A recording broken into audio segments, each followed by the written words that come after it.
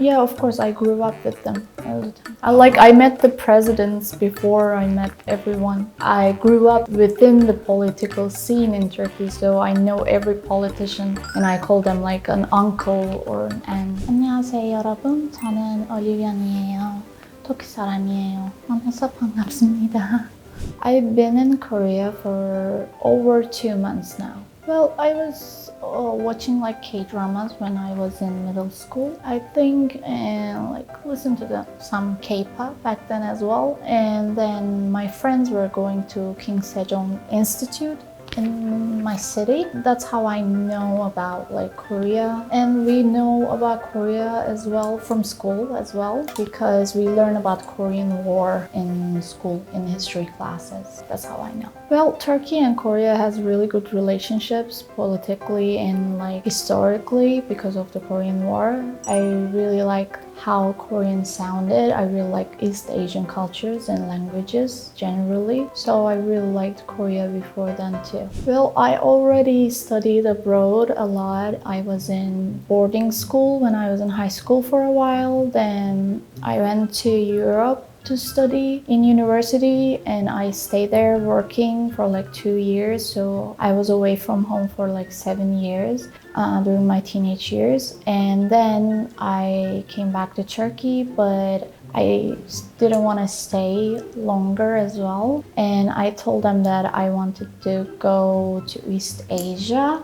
I was thinking about going to China or Korea, and my parents decided that Korea would be a better option for me, so I came to Korea. That's why I came to Korea. China is really big and there are a lot of people, so my mom especially was scared that if something happened to me, they wouldn't be able to find me or something like that. And my mom already had friends who came to Korea and visited Korea before, so that's why she was more towards Korean, learning Korean and going to Korea.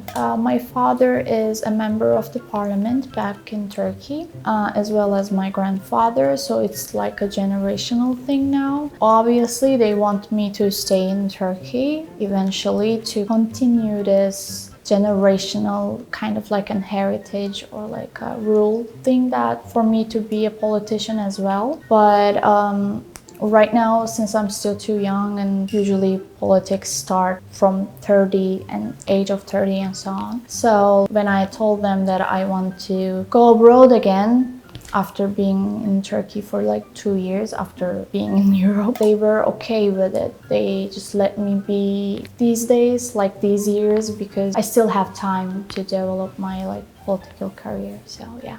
Yeah, of course, I grew up with them all the time. I met the presidents before I met everyone. I grew up within the political scene in Turkey, so I know every politician and I call them an uncle or an aunt. So they're really close, especially from my father's political party. Obviously, they are respectful people. Of course, there are advantages and disadvantages to be this kind of being power. So there are many things that are different from the public, I think.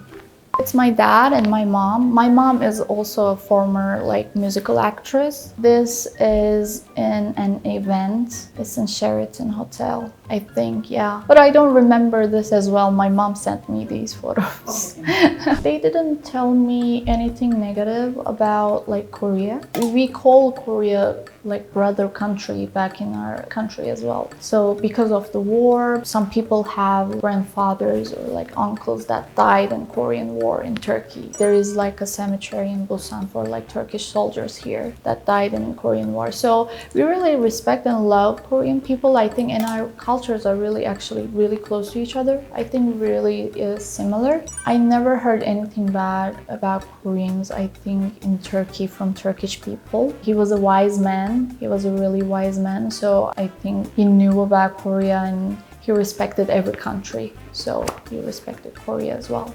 It's because I already studied abroad and I already been abroad, and they saw that I was more myself and more free to do whatever I want, kind of like to be myself, to find myself when I'm abroad. So they kind of let me go abroad, and I left home, like I left Turkey when I was like 18 to go to university, and I studied in ELTE University in Hungary. It's a public university, and then I studied English and American studies there like for 4 years. Then I stayed there and worked there, like I found myself a job there. Then like when Corona happened, I went back home because my parents and like my whole family is there. So I went back home to Turkey and I stayed there for 2 years. I kinda studied like politics and history, and I spent time with my family. Then I decided that since I still have time to develop any career, I wanted to go and learn one more language because I already know a few languages, so I wanted to go and learn one East Asian language. I know Hungarian, English, Turkish. I studied Chinese, Russian, Arabic, and German before. But I don't know anything in Arabic anymore because I didn't study. Like I stopped studying when I was like 17. I didn't want to learn anymore. I think my parents wanted me to start like my political career even from now, to like kind of, you know, get higher and higher. Because once you start younger, you kind of know more people, get into this networking and this like social circle. Yeah, I was gonna be a member of the political party that my dad is in right now, to be the youth member. I don't know if Korea has that kind of system, like political system, but like to be a youth member of that political party and just like study politics. I know about Korean and lifestyle in Korea because in university, like my first ever housemate was a Korean girl. So I learned a lot of Korea from her. And I had Korean friends in Europe as well, so I knew some things about Korean lifestyle and Korean people before coming here. And I also research a lot, like on the internet, like everything. If I'm interested in something, I research a lot of things. So I kind of already had an image of Korea and how things work here. So like nothing really like shocked me or like surprised me because I already did my research really well. I think Korea is really fun. I really like it here. Like I have a lot of friends here now, like Turkish friends, Korean friends. I love learning Korean. It's really fun, and like there are a lot of things to do here. Actually, there are a lot of things to do, a lot of places to go, a lot of people to meet. I think it's like a great opportunity for me to kind of develop myself as a person. Yeah. I think they can see that I'm trying to be more independent, because until I was 18, I was really dependent on my parents. I think I was raised like a princess, but a soldier at the same time, because I had really strict parents. I had everything that I wanted. We were really comfortable, but also I had to study a lot, and I had a lot of rules in the house and outside, in school, everywhere. So I was really dependent on my parents. But at the age of 18, I just decided to move abroad and just find myself and just find who I am and what I can really do, what I really want. So they respected that and they sent me off to Europe. Ever since, they saw that I can do it. I can like be independent and I can make an image for myself and not get credit just from my family, but like make an image and a name for myself. So I think they must be really proud. I hope so.